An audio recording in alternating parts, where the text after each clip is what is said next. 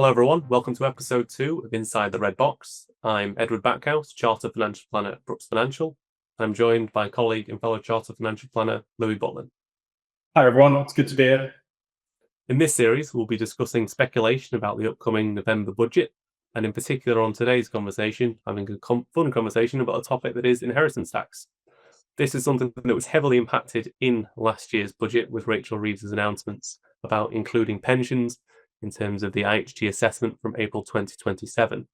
Now, as a brief overview, inheritance tax is a tax typically 40% based on the value of your estate above what IHT 3 thresholds that you have. Now, for a married couple, typically with an estate under £2 million, this might be total £1 million worth of IHT 3 threshold and 40% tax above it. Again, just a general example there.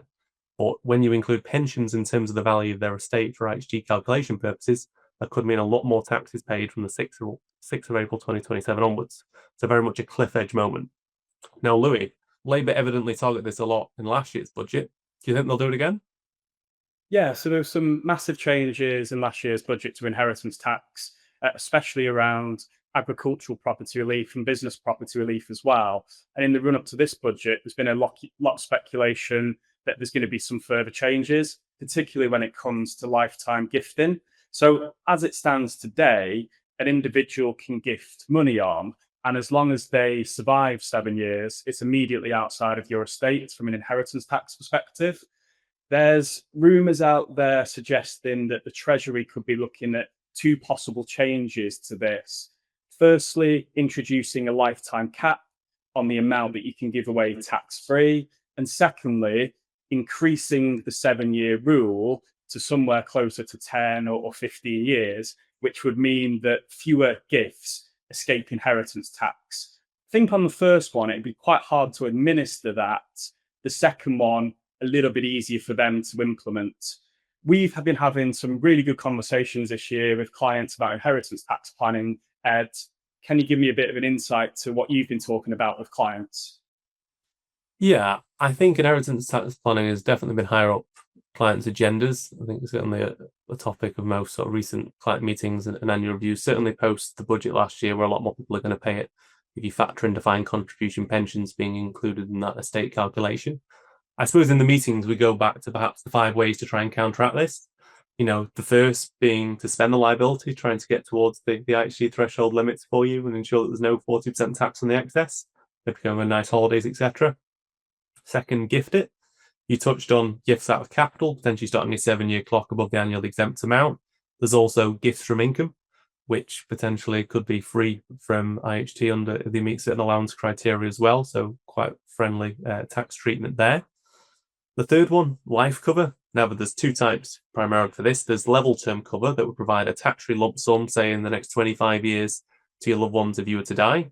And then there's a whole of life policy that would provide a tax-free lump sum at any point should you die. As you can imagine, for the latter, the monthly premiums are more expensive because it effectively has a guaranteed payout. Now, another type of IHT mitigation strategy used in, perhaps the last 20 years certainly, is going to be AIM portfolios, IHT-friendly investment portfolios that can potentially allow you to sort of grow a lump sum without any IHT on the balance.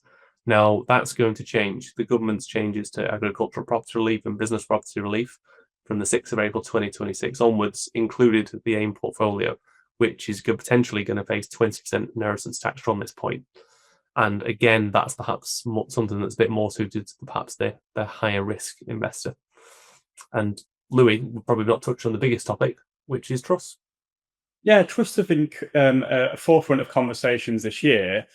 If you're directly gifting money, there are risks involved. You're not in control of that. So there is a risk that the person that you're passing the money on to could effectively waste it. So for clients that want a bit more control, we've been looking at trusts this year quite a lot. And with a trust, you can put £325,000 into a trust without triggering an immediate IHT charge. And then that allows you to be in control of that money, and you can pass that money on to beneficiaries as and when you feel fit. For a lot of our clients, that's maybe helping their kids get through the teenage years. and making sure this money is used for things like house deposits. And most importantly, as well, what it does is it protects that money from inheritance tax for future generations to come. For clients with larger estates, we've also been looking at family investment company structures as well. And again, as long as you get this structure correct, it's really efficient from an inheritance tax planning perspective. And I think the final one, which we've not touched on, is really simple. It's just making sure that your will is fit for purpose. If you've not reviewed it for many years, reaching out to a solicitor, reviewing your will, and making sure that is as up to date as possible. Thanks, Louis. I'd agree. And as well as sort of perhaps a simple task in terms of updating your wills, I'd also say updating your pension nominations on defined contribution pensions. That's something that'll be really important and can potentially be a quick win to ensure that the right benefits receive the lump sum should anything happen to you. Now, overall, there isn't a one-size-fits-all approach for inheritance tax planning. It is a huge and complex area, and Louis and I could be speaking for a lot longer today about it. So it's just making sure that you get advice and making sure that your affairs are looked after as tax efficiently as possible. Well, thanks for joining me today, Louis. Yeah, thanks, Ed. It's been great to chat.